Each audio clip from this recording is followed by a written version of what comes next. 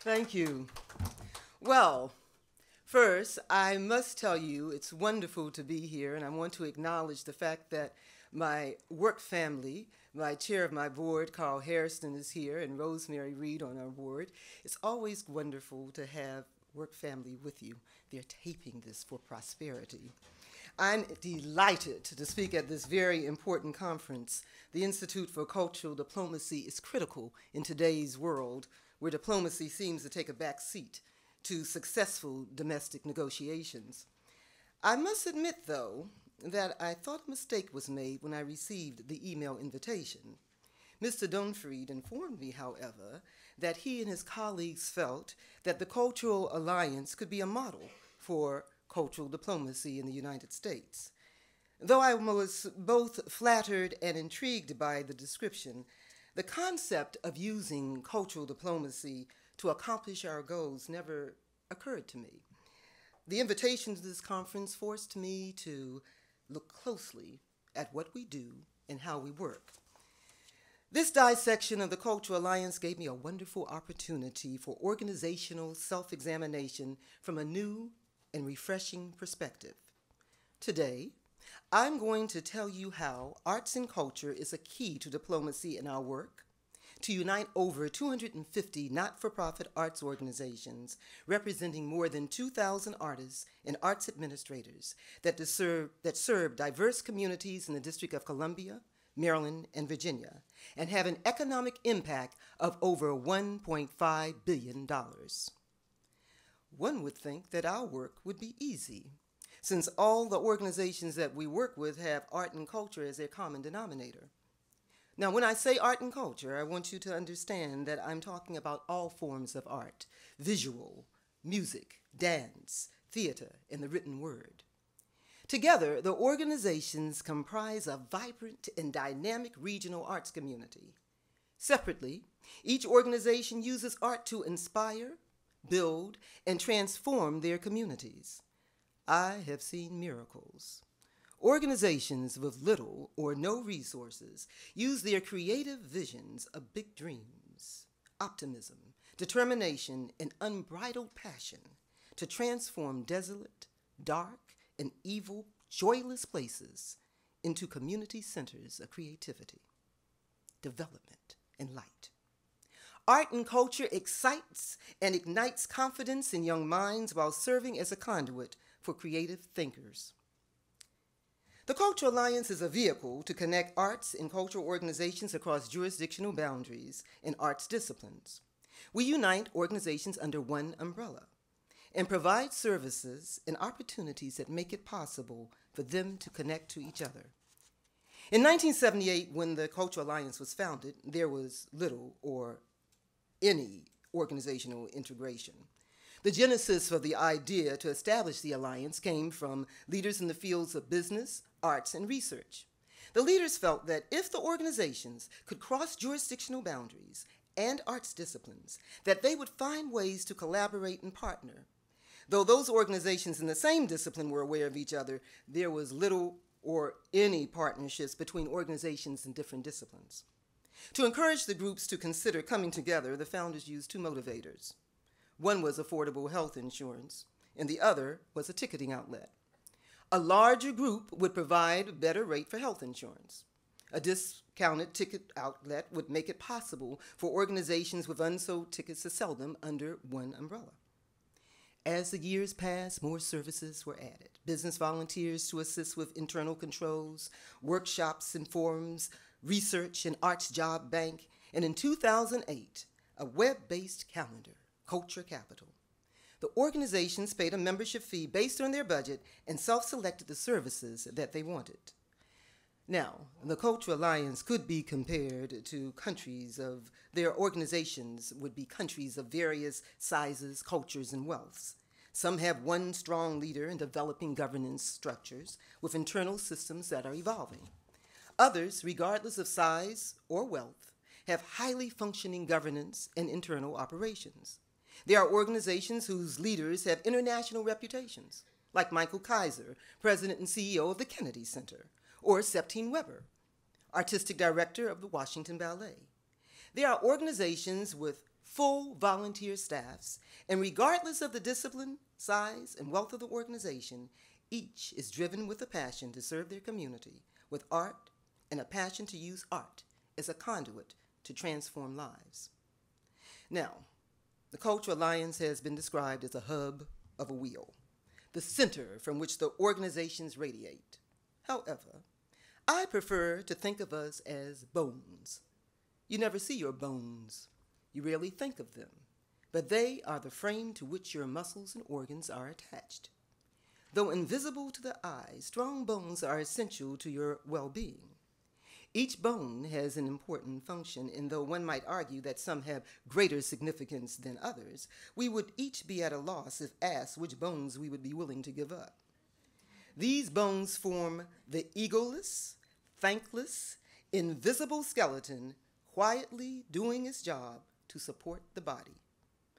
The Cultural Alliance is like the skeleton, recognizing that each organization is important with its own face and ego.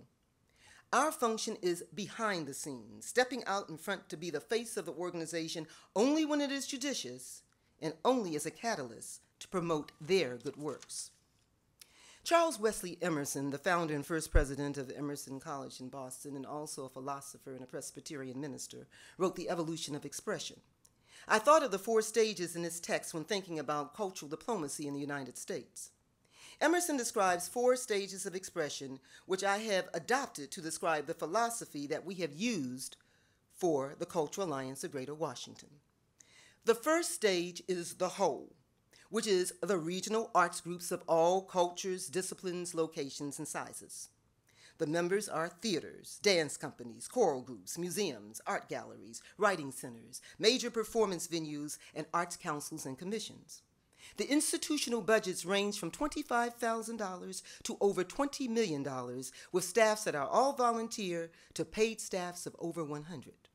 The catchphrase, "Eno, everybody in, nobody out," was created by Patrick Hayes, one of the founders of the Alliance, and in his time considered the Dean of the Arts.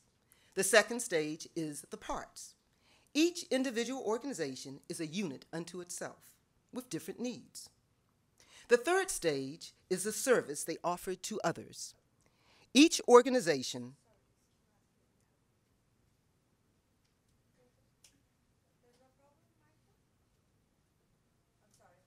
each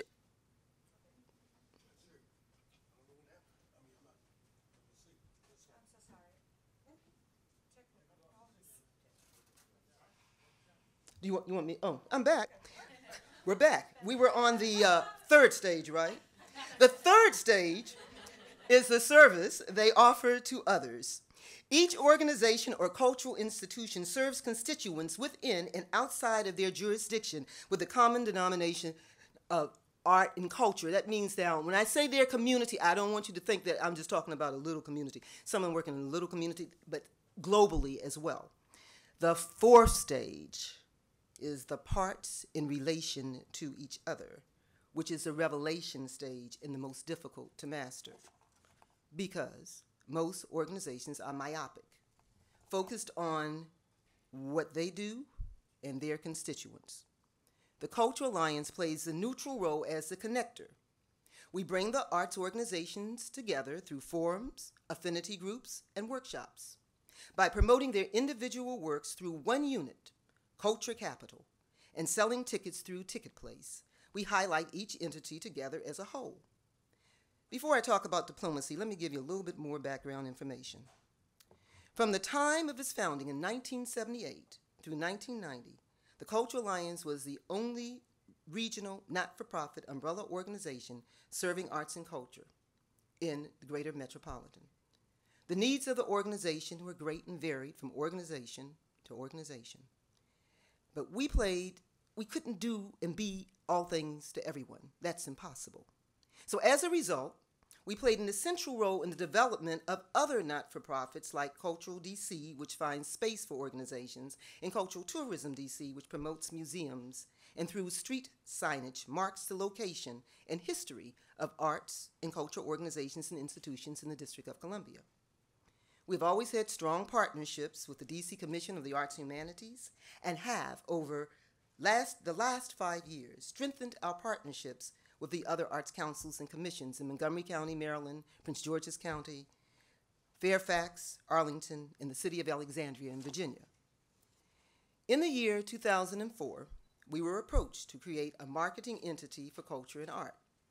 Not being an expert in marketing or technology, we set out on a journey that lasted 2 years. First, we contacted the largest marketing arm in the region, which was located in the District of Columbia, Destination DC. We needed their guidance. When you know little or nothing, you go to the experts. They recommended a consultant whom we hired to help us map out a strategy for developing a marketing component that would serve every arts organization in the region, regardless of its size or discipline or location.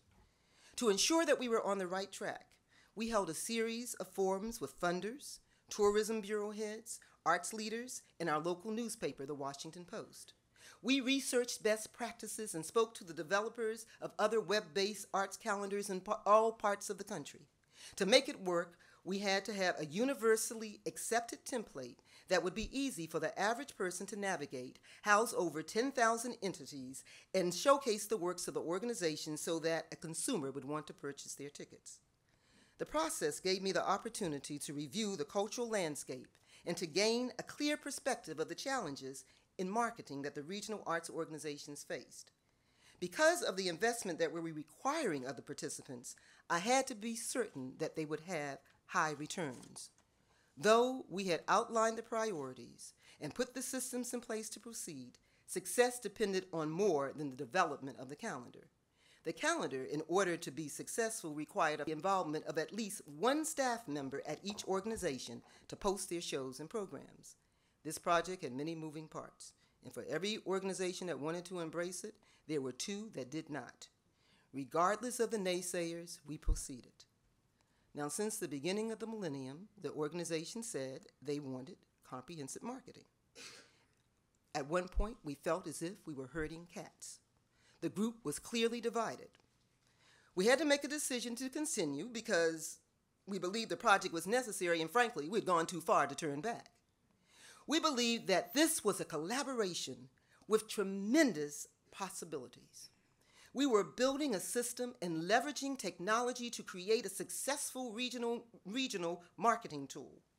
We had done our homework, we had secured partners, we had investors, and in spite of the naysayers, we had to show leadership and move forward. Collaborations and partnerships were always an essential factor in the success of the alliance.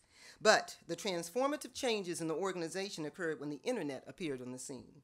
The internet forced us to rethink who we were as an organization and changed our ability to offer several exclusive services. What was once exclusive to our members was now open to the public through the internet. Technology was a conduit to change in the culture of our organizations and of the alliance. The change snuck up on us like fog on a clear winter night. When the internet was introduced in the 1990s, the arts community, especially the small and mid-sized organizations, were the last ones to embrace it. Several questioned its value. Many were uncertain if an investment in technology would have a lasting effect. The questions rang out. Is this a fad? Do I really need to buy a server? Will this catch on? I remember, though, it seems impossible. It seems impossible when arts and business leaders complained alike that emails would just be another way to drain them of their time. Emails, now we can't live without them. The internet and email reached the general public in the late 1990s or early 2000s.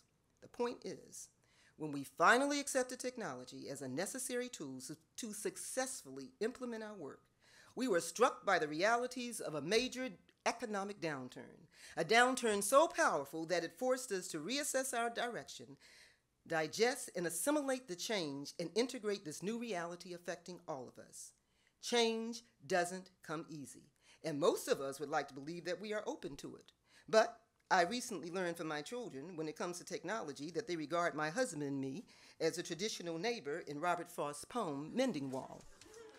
Robert Frost, a New England poet, writes about 2 neighbors who meet to repair a boundary wall that separates their property. I'll do it for you. Something there is that doesn't love a wall. that sends the frozen groundswell under it and spills the upper boulders in the sun and makes gaps even two can pass abreast. The work of hunters is another thing. I have come after them and made repair when they have left not one stone on a stone. But they would have the rabbit out of hiding to please the yelping dogs. The gaps I mean, no one has seen them made or heard them made. But at spring, mending time, we find them there. I let my neighbor know beyond a hill, and on a day we meet to walk the line and set the wall between us once again. We keep the wall between us as we go. To each the boulders that have fallen, to each. And some are loaves and some so nearly balls we have to use a spell to make them balance. Stay where you are until our backs are turned. Oh, just another kind of outdoor game. We wear our fingers rough with handling them. It comes to little more. There where it is, we do not need a wall. He is all pine and I am apple orchard. My apple trees will never get across and eat the cones under his pines, I tell him. He says, good fences make good neighbors. Spring is the mischief in me, and I wonder if I could put a notion in his head. Why do they make good neighbors? Isn't it where there are cows? But here there are no cows. Before I built a wall, I'd like to know what I was walling in or walling out, and to whom I was like to give offense. Something there is that doesn't love a wall, that wants it down. I could say elves to him, but it's not elves exactly, and I'd rather he said it for himself. I see him there, bringing a stone grasped firmly by the top in each hand like an old stone savage armed. He moves in darkness, as it seems to me, not of woods only and the shade of trees. He will not go behind his father's saying, and he likes having thought of it so well. He says again, good fences make good neighbors. There will always be those of us who hold on to the past so tightly because it is comfortable that we refuse to embrace the changes of the present and to try to understand the possibilities of the future because it takes time and energy. But we can't give up. You have to keep trying. Personally, I wanted to think that I'm a person who is a change agent. But our daughter, the nurse, who is 4 years younger than my son, the wealth manager, told him at Christmas, were it not for her hard work when he went away to college, that her parents would still be in the dark ages, without cell phones, iPads, or flat-screen TVs. Well, she's probably right. With the Alliance, we knew we had to take a back seat and listen to our members' concerns. We created a series of forums, and it was no surprise to us that at each one, marketing was a common component. But we were prepared. We had forecast this need years before the downturn and had spent 2 years developing Culture Capital, the region's web-based arts calendar. Before the downturn, we had the buy-in and the investment of the funders and the organizations. The site was launched, but unfortunately for us, it was too new to the organizations to be considered a viable marketing tool. At every forum, organizations still said that they needed marketing, and they never mentioned Culture Capital. We were frustrated and disappointed because extraordinary resources of time and money had been invested in this project by the Alliance and members and the funders. But it had only been 2 years since the launch, which was not enough time for Culture Capital to have the public visibility necessary to make a marketing impact. The organizations were impatient and wanted to realize a return on their investment. To move forward, we unknowingly were using the first important step in cultural diplomacy, which is to understand and respect the challenges and successes of your individual players.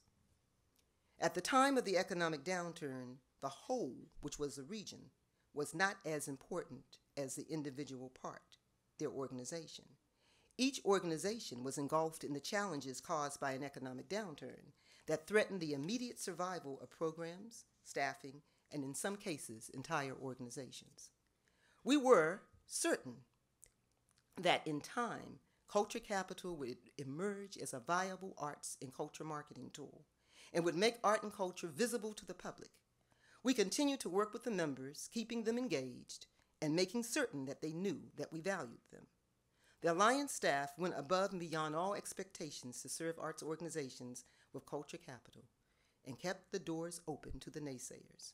We were now implementing the second step in cultural diplomacy. Come to the table without ego. Take a back seat and listen, even when you disagree, and that just is not easy.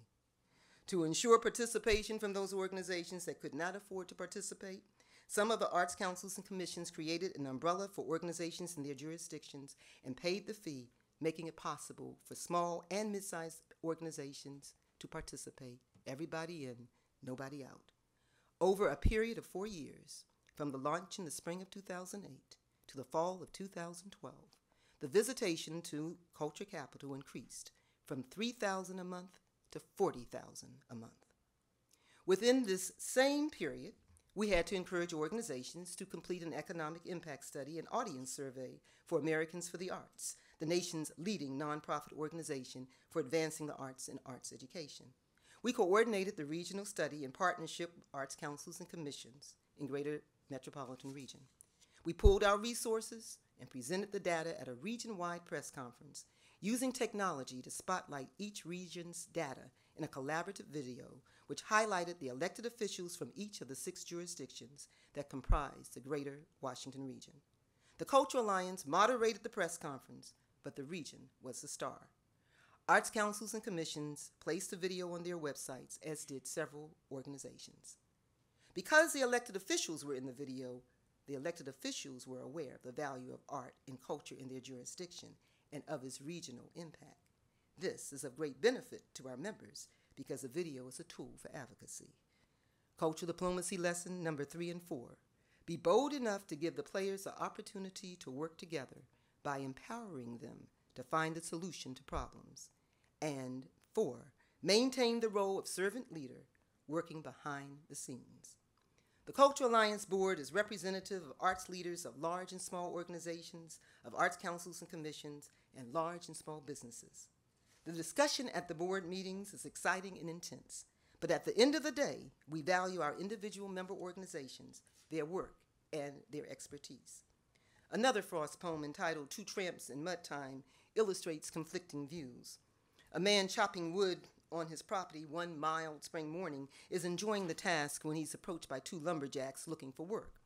The man doesn't want to give up his task of chopping the wood, but is conflicted when approached by the lumberjacks. The poem describes the conflict. I'm going to give you 2 stanzas. Out of the woods, 2 hulking tramps from sleeping God knows where last night, but not long since in the lumber camps. They thought all chopping was theirs of right. Men of the woods and lumberjacks, they judged me by their appropriate tool. Except as a fellow handled an axe, they had no way of knowing a fool. Nothing on either side was said.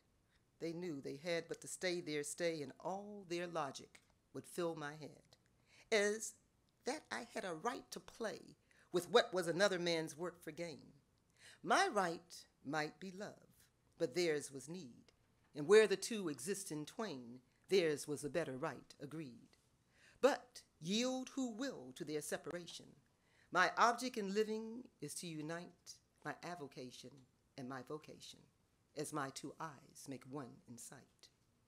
Only where love and need are one, and the work is play for mortal stakes, is the deed ever really done for heaven and the future's sakes.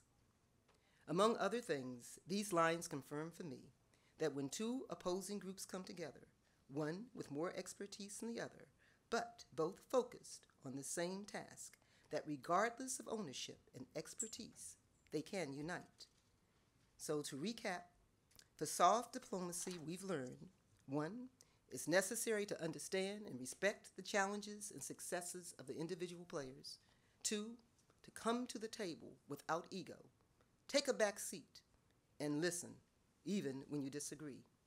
3, be bold enough to give the players an opportunity to work together by empowering them to find the solution to problems. And 4, maintain the role of servant leader, working behind the scenes to provide support with patience, determination, and focus. Arts and culture is a universal, empowering, and transformative language and can be a key to diplomacy. Thank you.